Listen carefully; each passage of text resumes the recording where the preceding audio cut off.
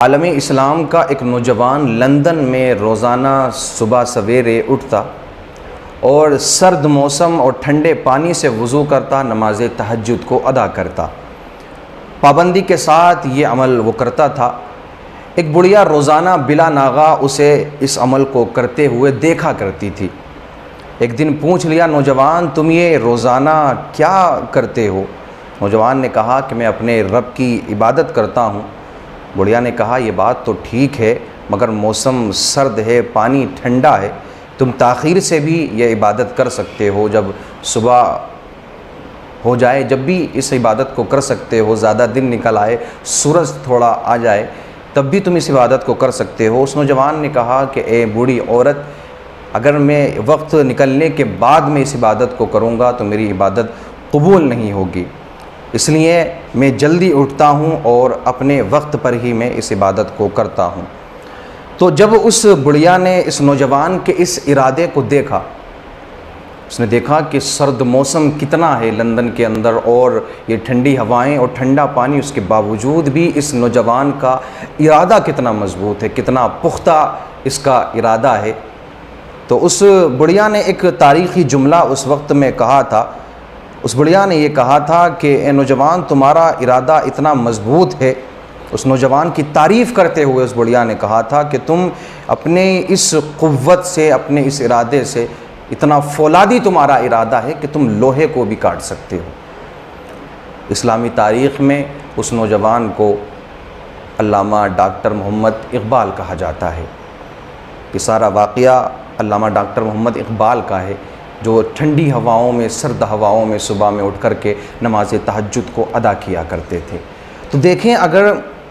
ارادے کے اندر مضبوطی موجود ہو اور اللہ رب العزت پر مکمل بھروسہ ہو تو پھر آدمی کتنا بھی اس کے سامنے ظالم آدمی آ جائے، ظالم انسان آ جائے، پھر وہ کسی بھی چیز سے ڈرتا نہیں ہے، کیونکہ اس کے دل میں صرف خوف خدا ہے۔ وہ اللہ کی رضا حاصل کرنے کے لیے سارے کاموں کو کرتا ہے۔ تو بندے مومن بڑے سے بڑے جابر و ظالم کی پرواہ کیے بغیر حق پر ڈٹ جاتا ہے۔ قرآن نے کہا کہ جب فرعون کے جادوگروں نے حق جان لیا نا، حق کو پہچان لیا، حق دیکھ لیا، حضرت موسیٰ علیہ السلام کے سامنے انہوں نے سب حقیقت کو پہچان لیا، حقیقت حال کو، تو انہوں نے فرعون کتنا بڑا ظالم بادشاہ تھا، کتنا ظلم وہ کیا کرتا تھا، اللہ کی مخلوق پر کتنا اس نے ظلم و ستم کیا ہے، یہ تاریخ کے صفحات میں موجود ہے۔ لیکن جب فرعون کے جادوگروں نے اس چیز کو جان لیا، ان کے دل میں حقیقت کی روشنی پیدا ہو گئی، تو انہوں نے بنا ڈرے فرعون کے سامنے کھڑے ہو کر کے کہا تھا، جو قرآن کی آیت بھی ہمیں بتاتی ہے کہ قالوا لن نؤثرک علی ما جاءنا من البینات والذی فطرنا فاقض ما انت قاض انما تقضی هذه الحیات الدنیا۔ جب حقیقت حال کو جان لیا تو فرعون کے جادوگر بولے کہ ہم ہرگز تجھے ترجیح نہ دیں گے اپنے حقیقی رب پر، ان روشن دلیلوں پر جو ہمارے پاس آئی ہیں۔ ہمیں اپنے پیدا کرنے والے کی قسم، تجھے جو کرنا ہے تو کر، تو اس دنیا ہی کی زندگی میں تو کرے گا۔ تو حقیقت حال انہوں نے جان لی اور حقیقت کی روشنی ان کے دل میں پیدا ہو گئی، رب کی محبت ان کے دل میں پیدا ہو گئی، تو وہ کتنے بڑے ظالم بادشاہ کے سامنے بھی بات کو کہنے سے نہ گھبرائے۔ ایسا ظالم بادشاہ کہ جس کے سامنے کوئی بولنے سے بھی کتراتا تھا، کیونکہ وہ کوئی بھی اس کے سامنے آتا، اس کے سامنے اگر کوئی بولتا تو فوراً اس کو قتل کروا دیتا، مروا دیتا۔ اسی طریقے سے ایک واقعہ ہمیں اور ملتا ہے۔ ایک صحابی رسول ہیں حضرت سیدنا حبیب بن زید انصاری رضی اللہ تعالیٰ عنہ۔ آپ جب مسیلمہ کذاب کے پاس اللہ کے رسول صلی اللہ تعالیٰ علیہ وسلم کی ختم نبوت کا پیغام لے کر آئے تو آپ کو گرفتار کر لیا گیا، آپ کو پکڑ لیا، آپ کو قید کر لیا گیا۔ آپ کے ارادوں کی تقویت کو کمزور کرنے کے لیے آپ کے جسم کے ایک ایک حصے کو کاٹا گیا کہ آپ کے ارادے کمزور ہو جائیں، آپ اس چیز کو نہ فالو کریں، نہ مانیں۔ ایک ایک جسم کے ایک ایک حصے کو آپ کے کاٹا گیا۔ آپ کے کبھی ہاتھ کو کاٹا گیا، کبھی آپ کے جسم کے دوسرے حصے کو کاٹا گیا، آپ کے جسم کے ایک ایک حصے کو کاٹا گیا۔ ان کی مرضی کیا تھی؟ ان کا ارادہ یہ تھا کہ ان کے ارادے کو کمزور کر دیا جائے، ایک ایک حصے کو کاٹا گیا، جسم کٹتا گیا۔ وہ کہتے کہ اب بتا، ایک زبان سے آپ کی اف تک نہ نکلی، اتنی زبردست قوت ارادی اور یقین کی دولت تھی کہ آپ کو اتنی تکلیف کے پہنچانے کے بعد میں بھی، جب انہوں نے اتنی تکلیف پہنچائی، لیکن آپ نے اپنے ارادے کو نہیں بدلا، آپ اسی چیز پر اٹل رہے جو اللہ کے رسول صلی اللہ تعالیٰ علیہ وسلم نے آپ کو دے کر کے بھیجی تھی، ختم نبوت کا جو پیغام دے کر کے آپ کو بھیجا تھا، آپ اس چیز سے بالکل نہ ہٹے۔ اسی درمیان آپ نے جام شہادت کو نوش فرما لیا اور اس دنیا کو الوداع کہہ دیا۔ تو تاریخ اسلام ایسے بہادروں سے، ایسے ہمت والوں سے، ایسی قوت والوں سے کہ جن کے دل میں صرف خوف خدا تھا، جو صرف رب کی رضا کے لیے کام کرتے تھے، جو صرف اور صرف اللہ کو راضی کرنے کے لیے اپنے ہر کام کو کیا کرتے تھے۔ قوت ایمانی ایسی تھی ان کے دل میں کہ جس کو کوئی نہیں مٹا سکتا، پھر کتنا بھی ظالم و جابر بادشاہی ان کے سامنے کیوں نہ آ جائے۔ تو ایسے بہادران اسلام سے تاریخ اسلام بھری پڑی ہے۔ انہی میں سے ایک بہادر کا نام ہے ارطغرل غازی رحمۃ اللہ تعالیٰ علیہ۔ ایک چھوٹے سے قائی قبیلے سے تعلق رکھنے والا یہ شخص، اور قبیلہ بھی ایسا کہ کبھی کبھی ایسا بھی وقت گزرا کہ کھانے کو بھی کوئی سامان مہیا نہ ہوا، خانہ بدوش قبیلہ، بڑی غربت کا عالم، بڑی غریبی کا عالم، لیکن آپ کے والد سلیمان شاہ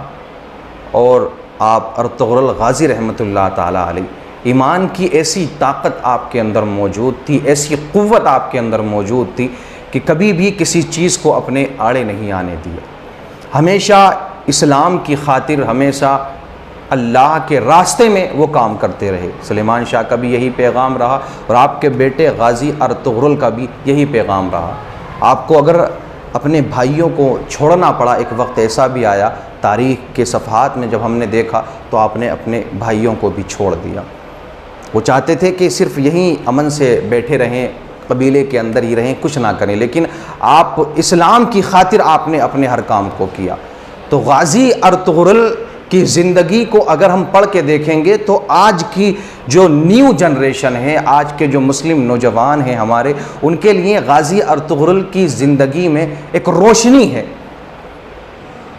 کچھ نہ کچھ سیکھنے کو آپ کو ضرور ملے گا۔ اس اینگل سے غازی ارطغرل کی زندگی کو ہمیں دیکھنا ہے کہ ایک چھوٹے سے قبیلے سے تعلق رکھنے والا، دیکھیں کہ جس کے دل میں پختہ ارادہ ہونا، کہ جو قوت ایمانی ہو جس کے دل کے اندر، مضبوط ایمان ہو جس کے دل کے اندر، وہ صرف اور صرف اللہ کی ذات پہ بھروسہ ہو، اور صرف اللہ کی رضا کے لیے اگر وہ کوئی کام کرتا ہے، تو پھر کتنا بھی ظالم و جابر بادشاہ آ جائے۔ دیکھیں کہ منگول کتنی بڑا امپائر تھا، منگولوں کا کتنی بڑی وہ طاقت تھی، لیکن کبھی بھی غازی ارطغرل نے ان کے سامنے ہار نہیں مانی۔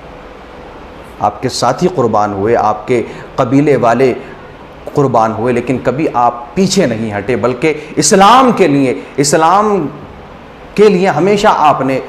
آگے بڑھتے رہے، ہمیشہ اپنے ساتھی بھی آپ کے قربان ہوئے، اور قبیلے والوں نے بھی اپنی قربانیاں دی، لیکن کبھی پیچھے نہیں ہٹے، کیونکہ یقین تھا، پختہ ارادہ تھا کہ ایک دن فتح ضرور حاصل ہوگی۔ اور یہی دور، اور یہی پھر آگے دور یہی چل کر کے آیا کہ تاریخ اسلام کے اندر کتنی بڑی سلطنت کا ایک آغاز ہوا کہ جسے سلطنت عثمانیہ کہا جاتا ہے۔ سلطنت عثمانیہ کی بنیاد رکھنے والے اگر کوئی ہیں تو وہ غازی ارطغرل رحمۃ اللہ تعالیٰ علیہ ہیں۔ سلطنت عثمانیہ کی تاریخ رکھی کیونکہ آپ کے بیٹے غازی عثمان نے پھر اس چیز کا اعلان کیا، تو بنیاد کسی نے رکھی تھی تو وہ غازی ارطغرل رحمۃ اللہ تعالیٰ علیہ نے اس سلطنت کی بنیاد رکھی۔ تو اگر مومن کے اندر پختہ مکمل ایمان مضبوط ہو، مکمل ایمان ہو اس کے دل کے اندر، اور اللہ کی رضا کے لیے وہ ہر کام کو کرے، اللہ کی رضا حاصل کرنے کے لیے ہم ہر کام کو کرے، تو پھر کتنا بھی بڑا جابر و ظالم بادشاہ اس کے سامنے آ جائے، کتنی بھی بڑی طاقت اس کے سامنے آ جائے، کتنے بھی ظالم اس کے سامنے آ جائیں، لیکن وہ